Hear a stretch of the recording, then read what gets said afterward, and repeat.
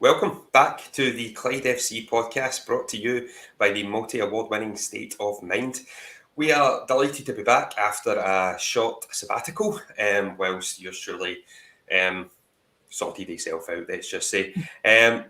We are delighted to be back, and I'm delighted to be joined, as ever, by my right-hand man, Mr. John Boyce. Boyce, how are you doing, sir?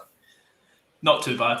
I wouldn't say right-hand man so far, Paul. I've been a bit AWOL recently, but I'm back. I'm not a Cumbernauld United anymore, and I'm ready to talk.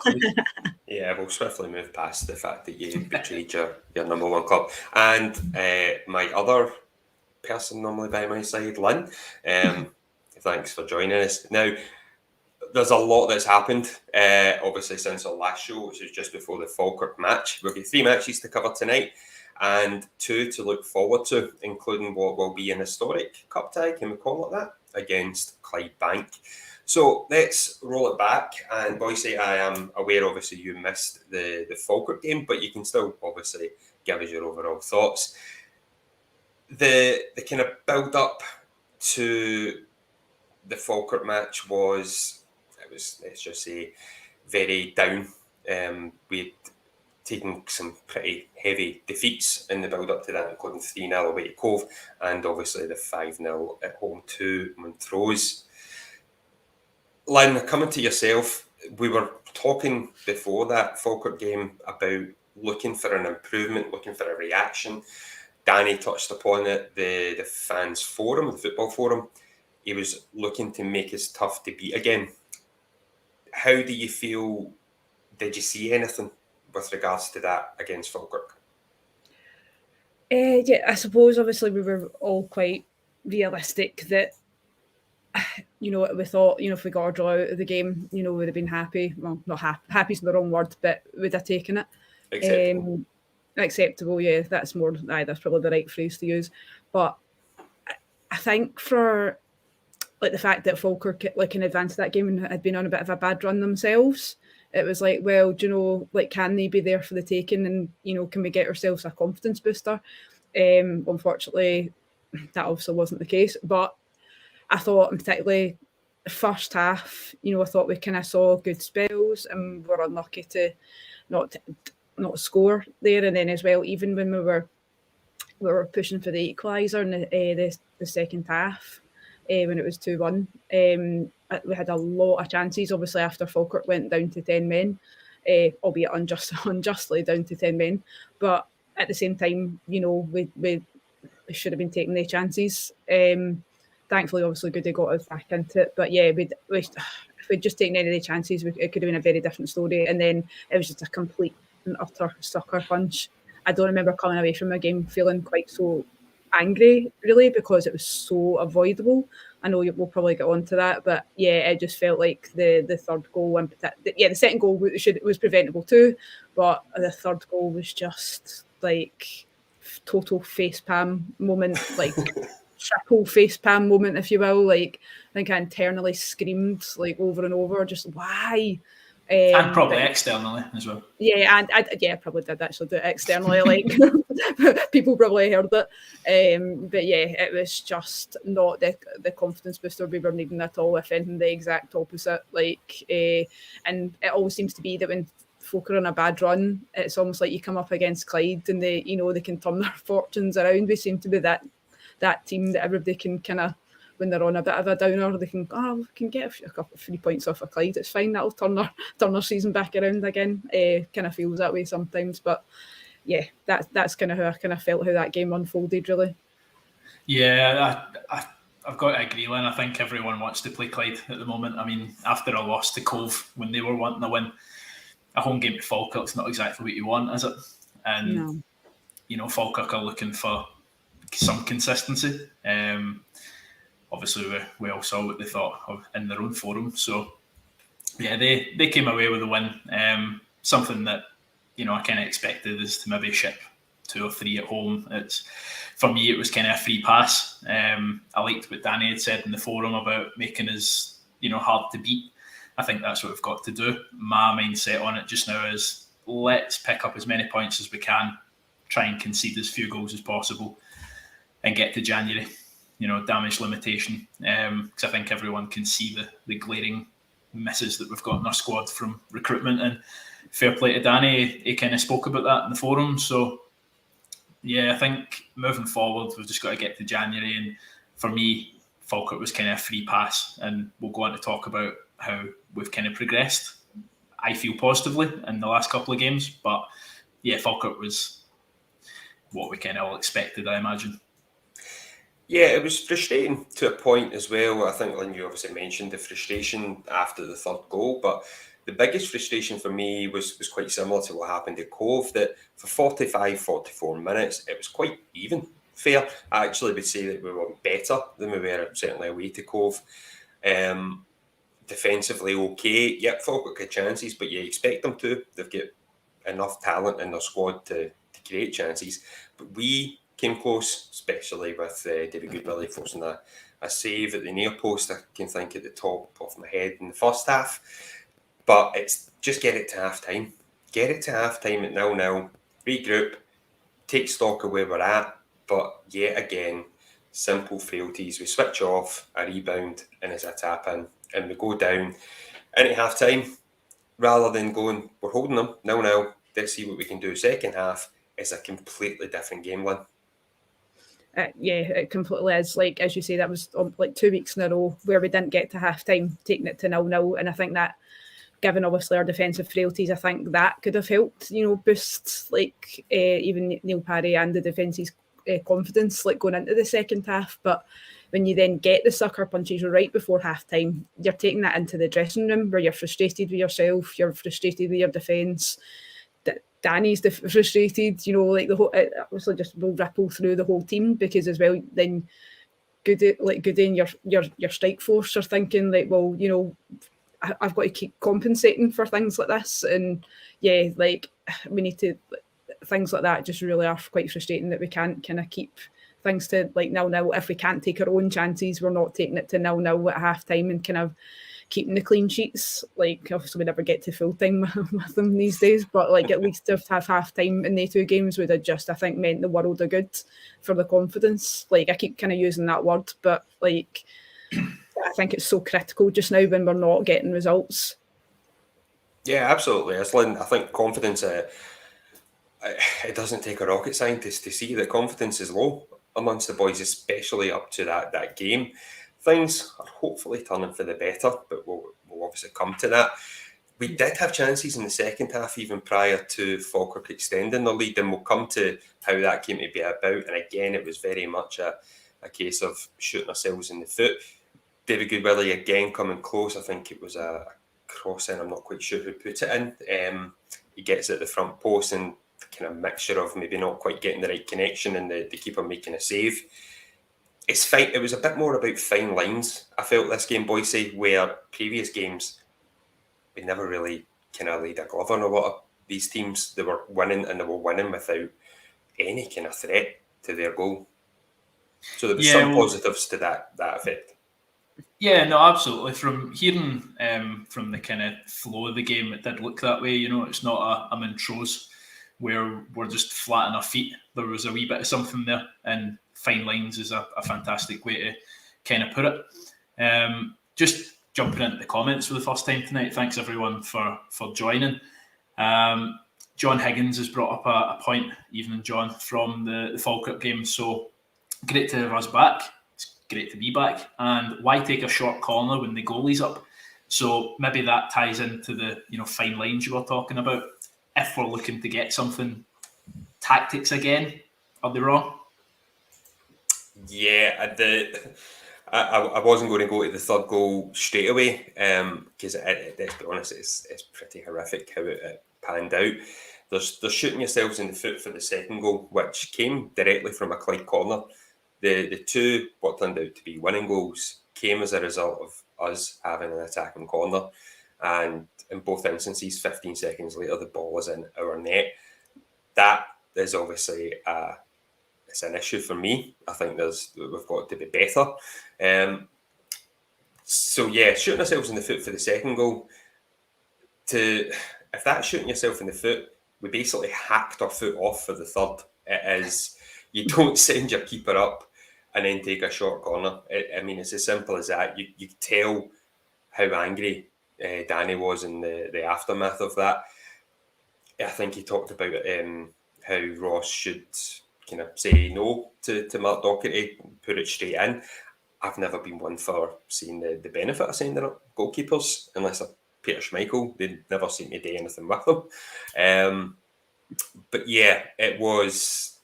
to me, it took a lot of the, gloss, any kind of improvement that we'd maybe seen over the 90 minutes, and it wasn't perfect, but there were things that we were seeing were better than what had kind of been in previous weeks.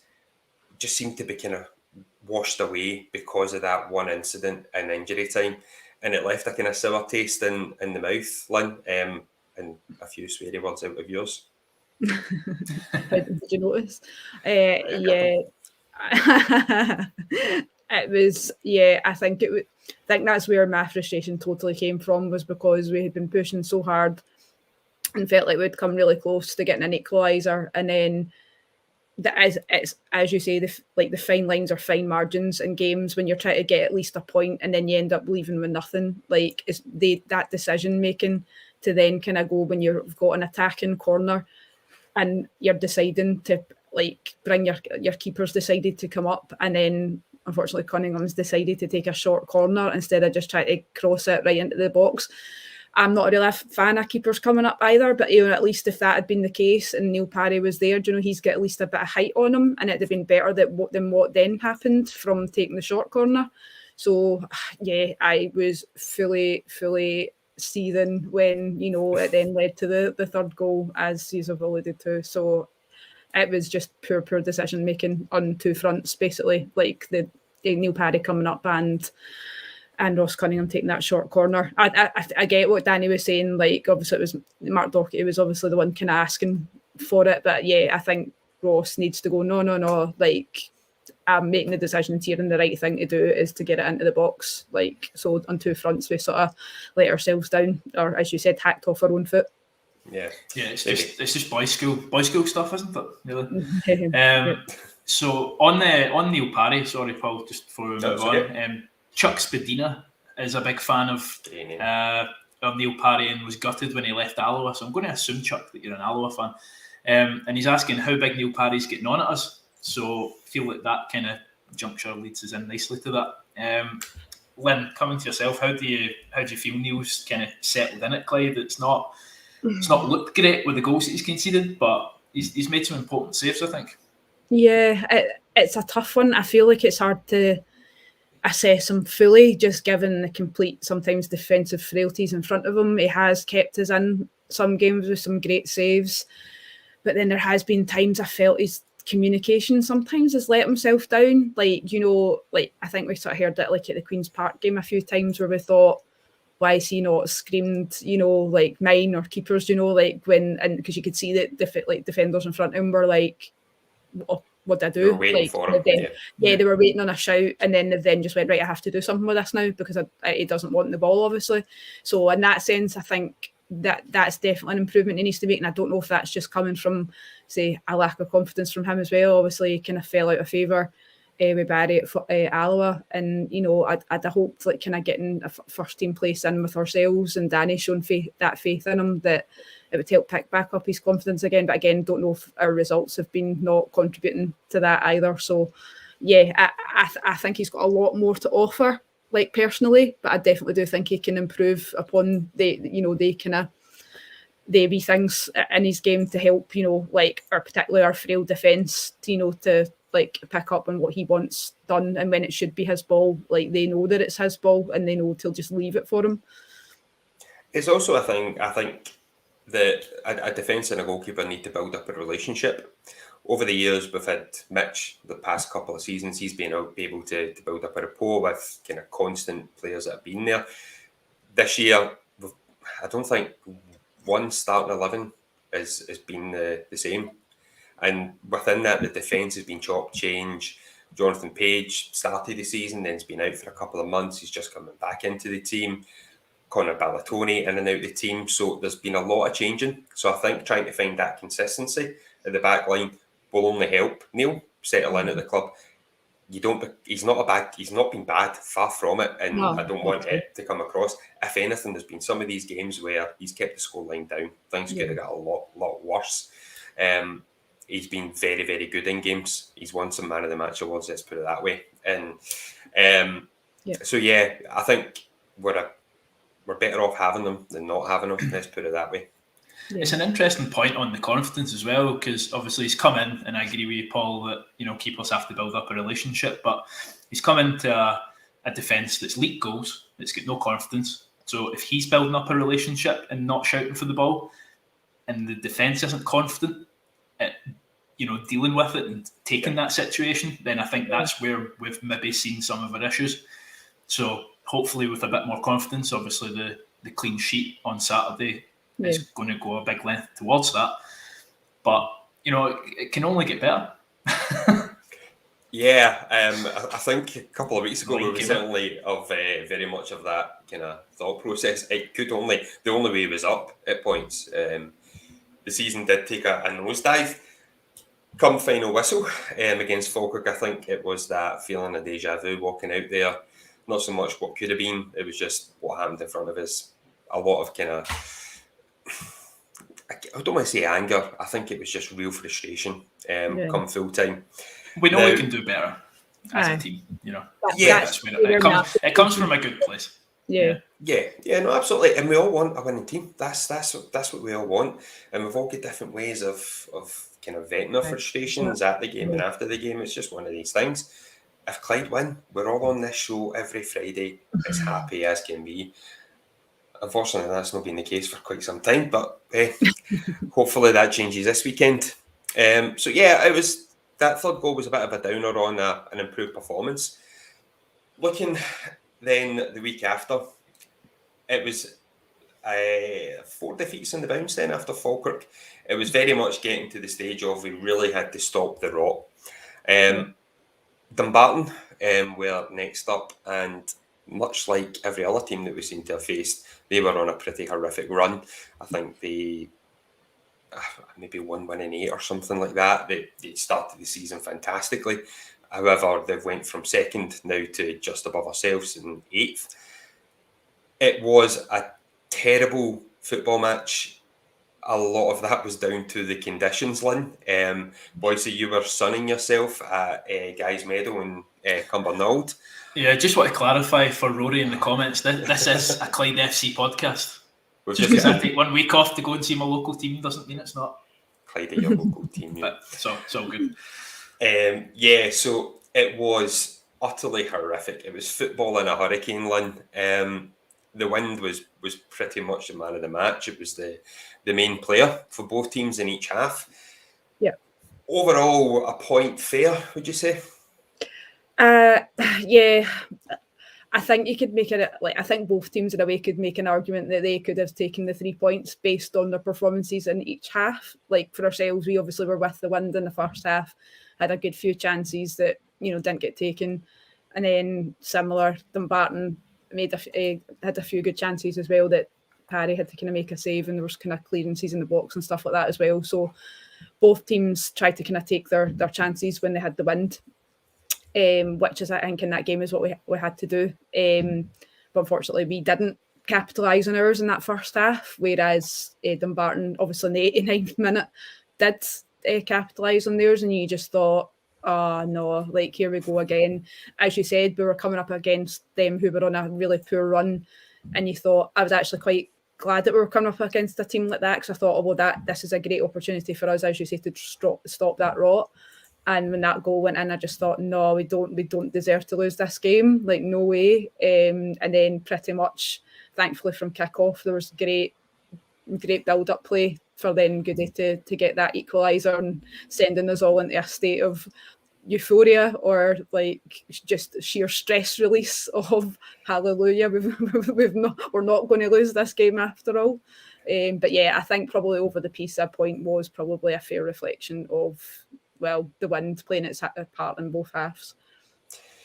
Yeah, both keepers having to be called into action. either. I mean, I think we had a couple of shots at goal as well in the second half. Ali Love came close with a deflected free kick. However, a lot of the kind of main goal scoring chances we did have were first half. The main one would have been probably the goal of the season from Aaron Spillane if it had found the back of the net. However, Sam Ramsbotham made a pretty decent save, it must be said, in the Dumbarton goal to keep it out. Rob Jones had a kind of shot from the edge of the box. It was relatively comfortable. I personally feel we could have done a wee bit more with the wind. I don't think we maybe used it quite to our advantage, perhaps, as we should have. That said, it was a decent enough performance in horrific conditions. Driving wind, the rain. It's a pretty heavy pitch as well, Dumbarton, because it's so exposed to the elements. None of the conditions made for pleasant football. Let's put it that way. It's just what you imagine Dumbarton away to be, though, isn't it? Yeah, I don't think we've ever went there with the sun's been shining. No, that's the thing. We were laughing. Obviously, we were laughing with people at half time that ironically, most weeks were like, oh, get the ball down on the deck and play some good play football, play to our advantages. And yet, when we've been then in the games, try to play long ball football sometimes. And yet, ironically, that was probably the game to have a bit of long ball football. And we didn't do it. We were actually trying to keep the ball on the deck when we had the wind, and it was hard. You were almost trying to gauge, right, how far is that going to take the ball? And yeah, it was frustrating. We actually did try a bit more of that, like trying more long range efforts and things like that, because we know that Aaron's nearly paid off, as you said. So yeah, it's one of those ones where you just think, God, we've tried that in so many other games and it's not paid off, but in the one time it might have actually worked, we didn't do it. Yeah, perfect opportunity for Paul's Rob Jones to be deployed as a penalty box striker. Yep, I think he'll be far more useful in there, in my opinion. He's 6'6", let's get some crosses in, get the ball into his head, and let's see if that's an avenue for us. That's just my opinion. I'm not giving any tactical analysis in that. I just think it's a far better tactic for us to deploy, in my opinion. I agree, to be honest. Like, I think Jonesy tries a lot, and he's maybe not the strongest guy, but he's certainly got his height, so that's his strength. Why not utilise that? We've got wingers that can hit the byline and put crosses in, and we were at, I can't remember what game it was, but it was a midweek game. It was a bounce game, I think, against Gretna. It was after the fans forum. Yeah, and he stuck two lovely headers away just because he got the service, and I don't see him getting that on the Saturdays. So I think we've got to utilise him the best. I think understand that everyone's maybe a bit frustrated with him, but if we use him in that way, he'd probably deliver results. So yeah, it certainly gives him a better chance of scoring goals, and we need other players to score goals. It was something I read earlier on, and perhaps not linked obviously to the Dumbarton game, because Goody did score in this as well, but not one Clyde player other than David Goodwillie has scored a home league goal this season, and that has to change. That has to change. So maybe looking at, do we use Robert, if we're going to be playing him as a target man in the box there to win headers and try and either flick him on or get the ball in the net himself. Mm-hmm. Now, it was hard to judge, just to come back on Dumbarton, it was very hard to judge the performance given the conditions. I do feel, though, that there were certain elements that we can be happy with. Second half, I thought the defence stood up to what was an absolute onslaught of long balls. And the chances that came Dumbarton's way, they did miss one kind of sitter, dare I say it, after a kind of stramash or the ball falling in the box. Neil Parry's made a really good save as well from a kind of one-on-one. And then that sucker punch, as we talked about earlier, 89th minute goal, Boyce. You must have looked at that notification coming through at Guy's Meadow and your heart sank. No, the game at Guy's Meadow had actually finished because they don't have floodlights, so they had to deal with the winter darkness. But no, it was gutting seeing that, and I got the feeling of, here we go. Could have seen that coming. Yeah. And then seeing the highlights, obviously, it's just the typical kind of goal we've been conceding. So Disappointing that. Yep, absolutely, and that needs to change. And talking about, could have seen that coming. Could have said the same about our equaliser, David Goodwillie, coming up trumps again. Looking at the highlights, obviously Cudahy, who for me is one of our key players, and understand we need to be in the market for a right back in January to allow Barry to be in the middle, because that's where I think everyone knows is his best position, including himself when he was on here talking about it. So he for me is key. Him taking the ball down the right and passing it to another very impressive, Gregory Taddy, to put it into Goodwillie.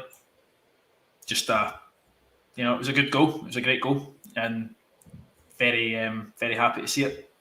It just shows you, obviously, with Barry Cuddy having been out, like when he came back into the team against Dumbarton, just how absolutely solid he was. Like, yeah, I had an absolutely, for me, pivotal. He's absolutely pivotal. So pivotal.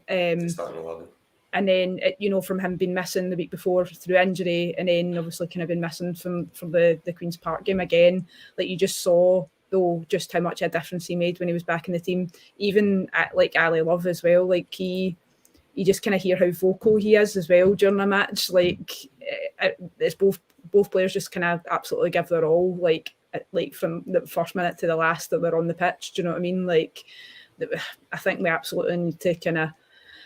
I'd be worried that now Barry's was back out against Queen's Park. You kind of hope it's not a reoccurrence of an injury, because he is so pivotal to the team just now. And when we play well, he seems to be a key part of it. He did take a fair whack in the build-up to that goal. Yeah. Sorry, I think I just stole that off you, Paul. Yeah, I thought it was a shopping tackle. It really, it was good that the referee played an advantage, because I dare say that could easily have been a red card in any given match. I thought that was it Payton or Boyle absolutely goes right through him very, very late. Brave of Barry to put himself in there, got the ball up the line, as you say there, to Big Gregory, who done well to run through the gale force wind in his face to get the ball across to Goody to rattle it home from 2 inches, but I'm sure he would be happily taking them every day of the week. And that's the third instance where Taddy's came on and made a big difference in games as well. Yeah, if only we could get a wee bit more out of him. I think that's quite a lot of the chat you see around Gregory is just how much can we get? If we even get, say, 45, Boise, would you be tempted to start him? See, it depends who he comes in for, because I think Danny will probably stick with Jones up until, maybe January time. For me, I'd like to see him switch with Jones. I'd like to see Taddy and Goody up top. I think Taddy would do a better job of holding the ball up and passing it on, as we've seen. I think that would maybe suit Goody's game a bit better. Goody has said that he enjoys playing with Jones, and I saw a comment there from Stuart about Jones being too slow. I actually think we had a conversation with someone at the club, and it turns out that Jones is one of the quicker boys in the squad. It's just deceptive because of his leg strides. So who knew? But no, I think I'd like to see Taddy in. I don't know, because you've got Ali Love as well. Great insight. You've got I'm rusty. You've got Ali Love as well, who he comes off the bench because he puts himself about so much. We can't get a full 90 minutes out of him. So if you're looking at that, you've got 2 subs already needing made. Yeah, and hopefully Ali will be back up to match fitness soon enough. He can. He demands performance levels. He's very, very vocal. We talk about it all the time. He's like a captain without the armband. Ali Love, he is constantly in his teammates' ears, demanding more from them, and I love to see it, quite frankly. Speaking of players returning, Stuart Ross has made a great comment here, and I'm very much on board with this. He's saying that he's been impressed with Page since he's been back, and he looks solid. I think Jonathan Page could be an absolute revelation.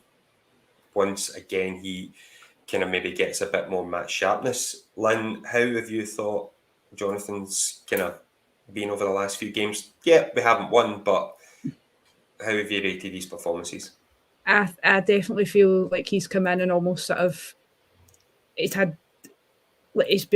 almost sort of tried to steady that ship a wee bit, like to try and stop us from leaking goals. Yeah, it's not always kind of paid off, but his performance, like individually, I think he's made great contributions to the game, and he's looked like, once he's like, if there is still an element of kind of match fitness still to come, I still think he's shown, elements of brilliance that if he can obviously kind of translate that for a full 90 minutes, then, he's been, I think he's going to be absolutely solid for us in the kind of centre-half position. Like, yeah, I think him coming back, Barry being back, like, I think that's like a shoot up for your defence totally, because Barry helps protect that defence as well. So yeah, I think he's been in it, to use your word, a revelation since he's been back as well, and that's what we've been kind of waiting on, because there has been so many injuries that to actually see him come back was, a bit of a relief, and then him coming in and putting in good performances has been like, right, well, this is what we've been, waiting for. This is why we've been so eagerly waiting on people coming back from injury, because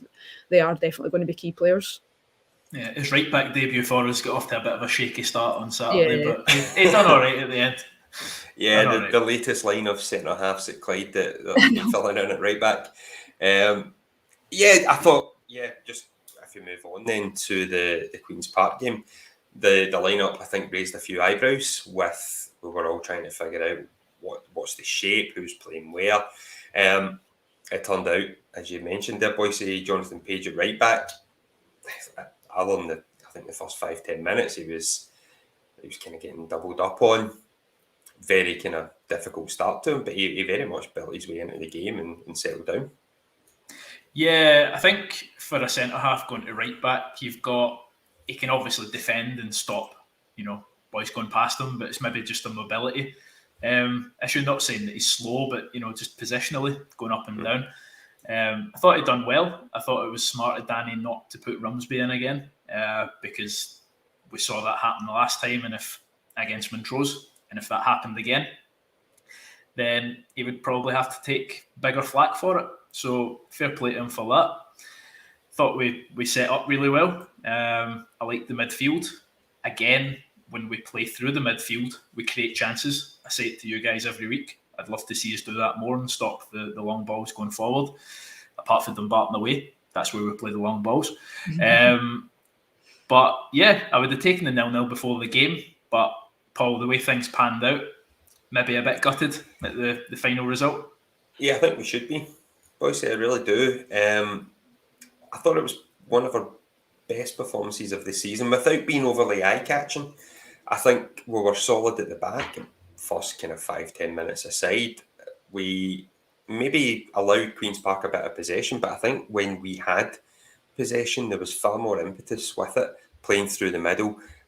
I would probably go as far as saying it was Mo Gomez's best performance in a Clyde shirt. I thought Mo was fantastic, start to finish, albeit he did miss a huge chance in the first half that may have obviously cost us, but I thought his kind of his work rate's never an issue, but I thought his use of the ball was probably the best it's been in a Clyde jersey. It was just, especially in the second half, decision making, and not just from the penalty spot. I think when we did get into key areas, even in the injury time, I think we had a 2-on-1 at one point, but I think Goody took it slightly wide. Possibly Adam Livingston or Ewan Devaney was kind of running through the middle. It was just that fine lines, shall we say it again? Decision making just let us down. You mentioned Gomez. I thought he played well. I thought the one thing that maybe let him down was he always wanted to take an extra touch, and that's where if you're Barry Cuddihy's in the middle, we could have created so many more chances on Saturday. And that's why it's so key for me. He can grab the ball and just run with it. And we don't really have anyone that will do that just now with him out the team. Do you think then, I'll put it back to you, Boyce, then, do you think it's a confidence issue then with Mo Gomez, that extra touch? Because I think he's such a good player, he's such an experienced player, that I think taking that extra touch won't be a natural thing for him. Yeah, I think you're right. I think it is a confidence thing, because we've seen it with a lot of players. When we played against Queen's Park and we played against Cove at home, those two games, you saw some of the touches were quicker out of the defence after that the goals, and the confidence was there, and we were playing nice football. Now, after that run, I feel like the boys want to take an extra touch, and while it's stable and we're doing the right things, it's not kicking on to getting those goals and getting the wins. So I'm fine with us being in the stability point, but at some stage we've got to get the confidence and be like, I'm going to play this first time to Adam's playing because the space is there, and then he can drive forward. And when we've got Barry Cuddihy there, he doesn't need an extra touch. He just runs through 6 people and gives a chance. So, but yeah, I think that's where I am with the midfield just now. It's a couple of extra touches which allows the press from opposition teams to come back. Lynn, what do you feel about it? Do you agree? Or? Yeah, I've been a wee bit for me, Gomez has kind of went a wee bit hot and cold, throughout kind of since he sort of joined the team. Thought he had a brilliant, I hate harping back to pre-season, but I thought he looked absolutely phenomenal pre-season. I thought he was going to be brilliant at kind of hold up play, creating chances, drive, just help support Goody, get creating the chances. And in a way, I don't like to say he's let me down, but I think he knows himself. He probably could have done a bit better.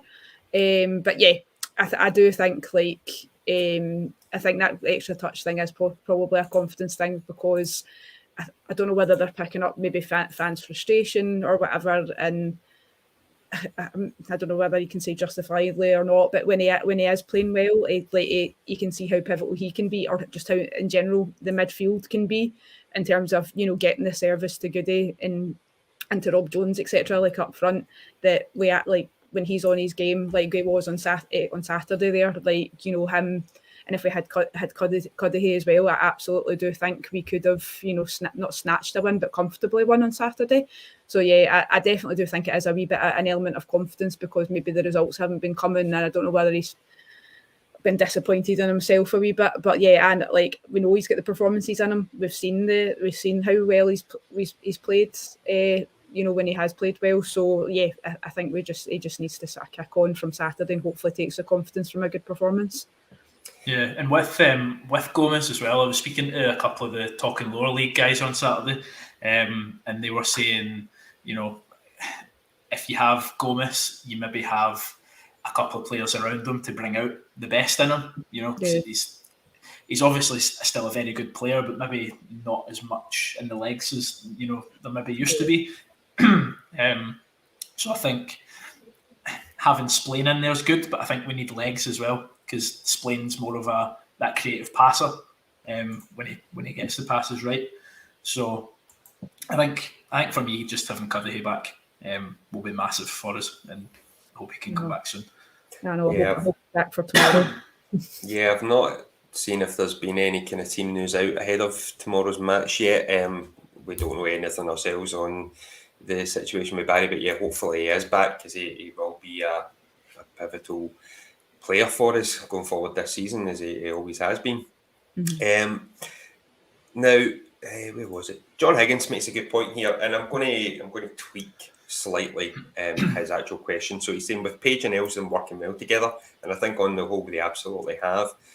Have we seen the last of Ballatoni? Now, I'm going to flip that and going to say, no, it doesn't necessarily mean that we've saw the last of anyone, but what it should do is it should prompt an improvement in other players around you. If you've lost a place in your starting lineup, we want to see these players fighting tooth and nail to get back in it and try and keep themselves there. That will only benefit the club. So getting these guys back from these relatively long-term injuries like Ali and Jonathan will hopefully spur maybe some of the underperformers. And let's be quite frank, I'm sure Danny and the players themselves will say we've underperformed in games. It might just bring out a wee bit more in them, and we're going to need it. Yeah, because you saw in the forum that Danny was clearly hurting from the performances, and I'm under no illusions that him and the management team strive for the best for the club. Danny clearly loves the club, and demands the highest standards, and we've obviously not been getting that for whatever reason, whether it be recruitment or confidence or whatever. But he should be able to get the chance to put it right, and that's why I'm saying unbeatable till January, and then we'll make the moves that we need to. They need to be the right moves, though. Be under no illusion of that, because if they're not, we're in trouble. January is key. It's critical for us. Yeah, and I think it's very much a case of I think the last 2 games have shown it. It's applying the brakes. We were very much a ship going in the wrong direction. We were kind of careering in the wrong direction for losses in the bounce, and pretty hefty losses at that. It was a case of applying the brakes that stopped this from getting really, really, really bad, and let's start trying to steer ourselves in the right direction again. We very much could have done that against Queen's Park. We mentioned Mo Gomez, big chance. There was an even bigger chance to come in the second half, and yeah, who wants to take it? The penalty kick.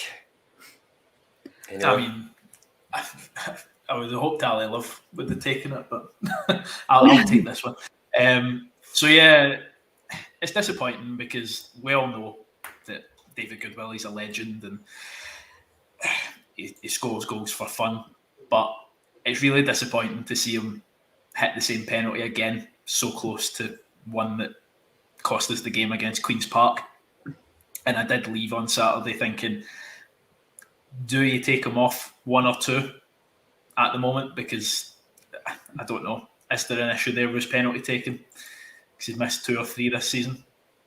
He has missed 3, one against East Kilbride, albeit in a kind of lesser competition. But I don't know. I'm going to be quite controversial here and say, for David Goodwill, I think he's a fantastic footballer, but I think Ali Love is maybe suited the captaincy a bit better. That's not to say David Goodwill doesn't do a good job. That's just to say, as a motivator, I feel Ali Love does a slightly better job on the pitch. Yeah, it's all about in my opinion. Yeah. No, absolutely. We all have opinions. I think David is maybe seen as more of a leader by actions, by obviously his performances, because I don't think he is a kind of vocal type on the pitch unless he's not getting past to, in which case he's very vocal. But yeah, I've got no... I absolutely see where you're coming from, because I mentioned earlier that I'm a big fan of Ali's style on the pitch. He is a demander of standards, and I love to see that. But I want to see 11 players on the pitch do that, not just 1 or 2. I want to hear every last one and see if players... 11 captains. That's what you want right now. Yeah. If things are going against us, that's C's mentality. We want everyone getting their person next to them back. If they're not having a good game, help them out, dig them out. Let's kind of get through this rough patch together, and let's see where we came out. Do you know who I thought was outstanding on Saturday as well? Mark Docherty. Now, he's had a lot of flack throughout the season, but that was a stunning performance from him.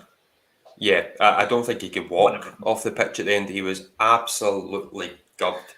But I don't think he could walk in the 75th minute, but but he was still going. And I thought his positional sense, even just a couple of crosses that were coming in, he was just using his body superbly just to avert the danger. I thought it was a fantastic performance, and you can see the experience that he's obviously accumulated over his career. Lynn, what were you impressed or equally impressed by? I think I saw him getting described on Twitter as Markberto Carlos Docherty or something like that. Possibly. That's far too much. It was a wee bit over the top, but yeah, there was... I love it. But no, I totally agree. I think for me, like when we were doing the man of the match vote after the match, I had him as my number 1. I thought he was absolutely tireless. Like for me, I think he only misplaced 1 pass the entire game. Like which at that point was completely out of character about how he'd been playing the rest of the game. But other than that, everything he done was inch perfect, and he just ran himself absolutely ragged, and things were coming off for him. And he's fair play to him, because he was getting a lot of stick earlier on in the season, and he's basically, since he's come back into the team, he's absolutely started to prove everyone who was wrong that had doubt in their mind about him. So absolutely fair play to him for that, and absolutely applaud him for it. But yeah, he was absolutely my man of the match on Saturday just for his effort alone. Yeah, and I think we've got to kind of say at the same time, this is a couple of games. We need to see this from everyone in a far kind of a prolonged period, quite frankly. Yeah, I mean, the brakes have been applied. Now we need to kind of find the accelerator, but turning in the right direction. So let's look ahead to tomorrow. It is a big one. It's not pulling any punches, guys. It's Massive. a match that if we win, we could finish day 7th in the league. Looking a wee bit rosier. If we lose, we will be bottom. There's no two ways about it. Now, boys, do you have your dossier on our opponents tonight? I mean, I've got some information. I've been busy. But no, just going on what you were saying, Paul. I think it's massive. For me, obviously, the league position is important at the end of the season. But after tomorrow, I just want to see the boys have a bit more confidence. I think that's the important part of this. If we win it tomorrow, obviously we'd pull ahead of them, which would be good. But for East Fife, they'll be without Kieran Miller, who's a kind of important part of the midfield, and he was sent off against Airdrie last week, so that's obviously a positive for us. East Fife have been quite inconsistent recently. They've had wins against Cove and Dumbarton at home, which are kind of anomalies for their league record. Their away form is shocking. Now we think our away form's bad. They've had one draw in 7 games, and in that time they've conceded 23 goals in 7 games and scored 6 times, with the draw coming against Queen's Park. For comparison, we're 8th in that form table, with a win and 3 draws from 8 away matches. So obviously, their away form's not great. Our home form, well, you just need to look at the 2 most recent performances where we've, lost 5-0. Yeah, shit take goals, scored 1. So we've got a chance to put that right tomorrow against the league's worst away form. And I'm hoping that we can do so. And hopefully David Goodwillie gets a penalty and shuts me up. But for East Fife, Ryan Wallace has returned recently for them, and he's a very good player. And I think most of their kind of players who were out injured at the start of the season are slowly coming back to fitness, so we might see 1 or 2 kind of join the fray tomorrow. But I'm going to go for a 1-0 Clyde win. I think we'll stick to being difficult to beat. I think we can build on that performance on Saturday, keep the clean sheet, and sneak a goal. So hopefully that comes true. So yeah, as far as I'm just looking back, there was a couple of comments. Robin88, thanks for getting involved, Robin, saying, can we go back to playing Goody as a 9 with Ali and Ross in support? Boise, I know you're huge on that kind of 3-pronged attack with Clyde. Do you think that's the way we'll go tomorrow? I hope so. Part of me is also hoping that we deploy a front 2, because we're playing a team that's shipped 23, 26 goals, but my memory's shocking. Whatever I said a minute ago.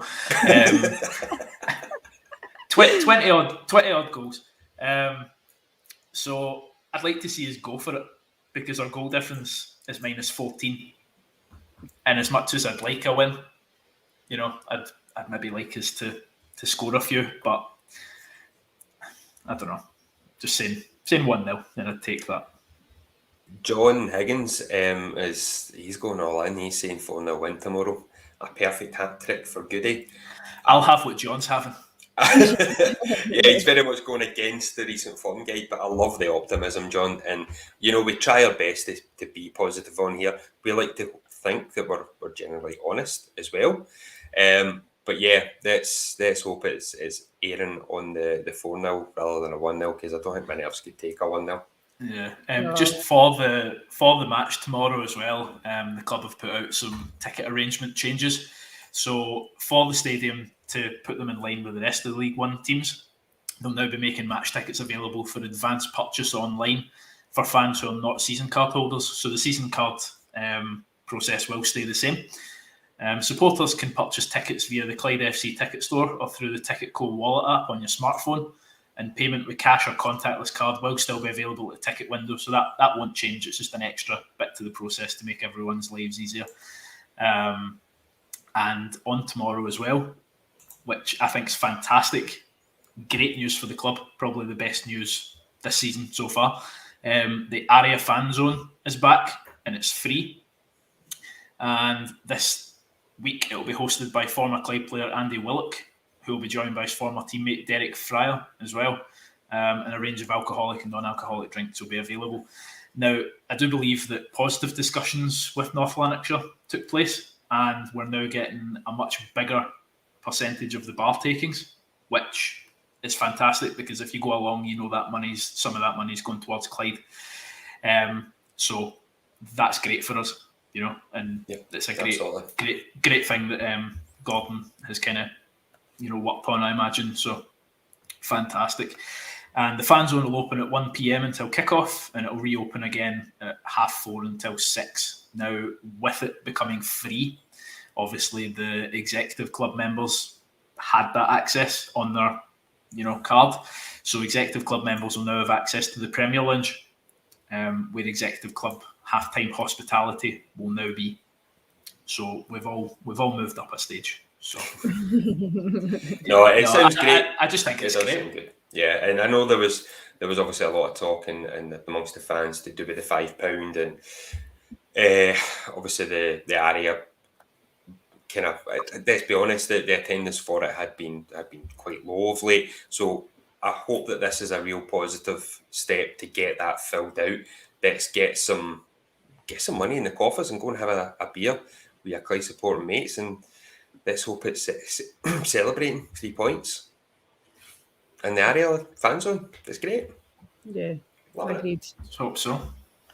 So, will we quickly talk then about the week after? Now, I'm not sure if we'll be on next Friday night or not, possibly going to be the week after. So, we'll cover off Clyde Bank. It is, well, it's the first meeting of the clubs in the Clyde Bank's current, obviously, guys. The previous Clyde Bank, obviously, are no longer exist, unfortunately. It is an historic match. The tickets are still available for season ticket holders, just to quickly cover that.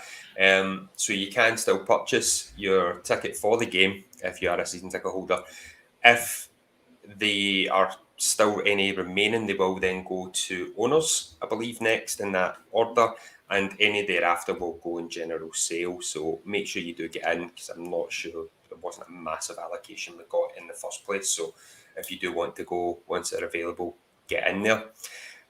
Now, as far as the game goes, Lynn, how are you feeling about it? We can't say we know a lot about Clyde Bank. I watched their game against Elgin. It wasn't a great game. Would you be disappointed if it even went to replay?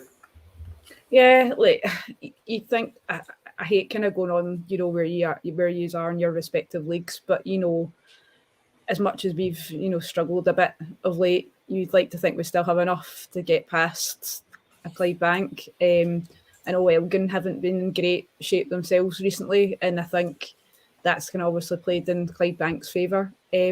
Day 2 games, but you know what it's like though when it comes to Scottish Cup. It's almost like the romance of it that, you know, people do obviously put in, you know, more of an effort. Sound like makes kind of does teams a disservice, but you know, it's like it seems like a once in a lifetime opportunity, like to kind of go on a cup run. So like, you know, teams do put in so much effort to, you know, do it, like make them do themselves proud.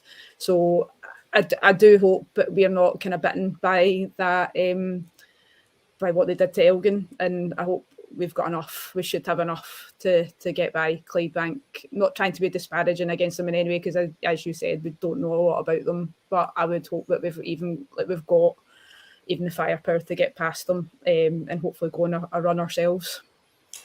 Yeah, boys. So just looking, I kind of had a very brief look up online from a few kind of Clyde Bank posts and forums and stuff, and they don't do well at home. They seem to have kind of struggled at Home Park, ironically, it's called, of late.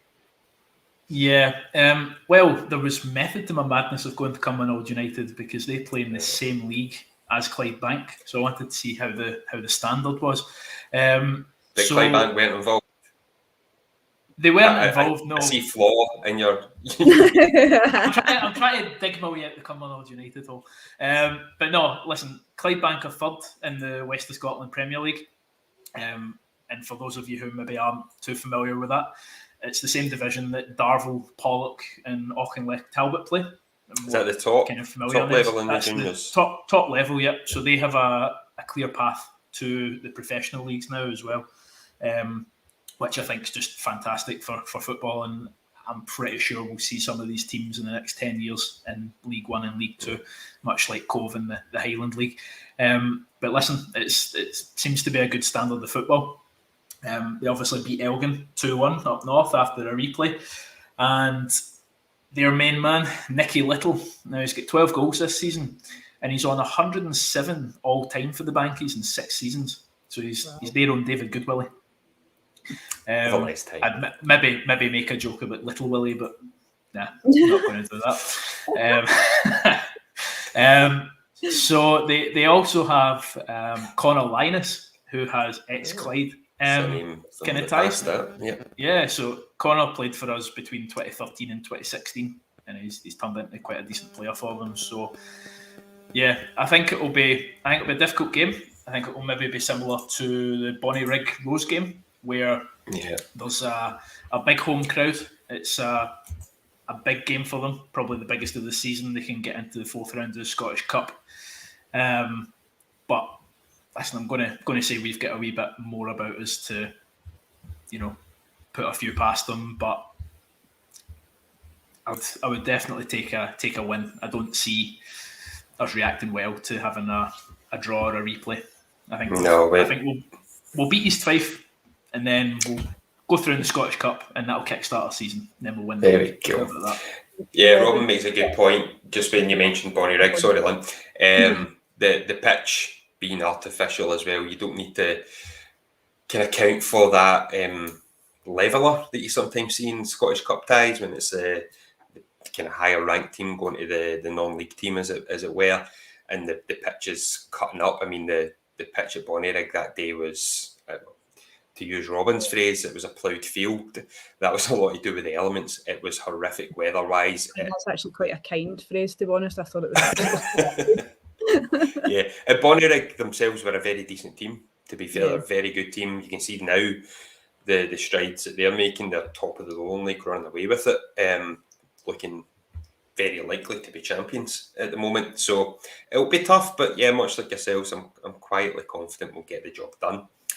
Now, just to wrap up, there's another couple of matches as well for Clyde coming up, and it's in the City of Glasgow Cup 21-22. Now, I know that this hasn't always been a favourite competition in recent years for Clyde fans. Pretty much we've used it to give a lot of younger players some game time.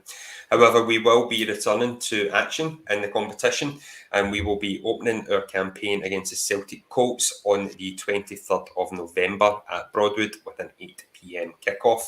So the 5 Glasgow FA member clubs will play each other once in a round robin, with the top 4 teams, so only one team, will not progress to the semi-finals and obviously the final at the end of the season. We will also be playing the Rangers Colts away in February, our good friends Partick Thistle away, and Queen's Park at home then in March.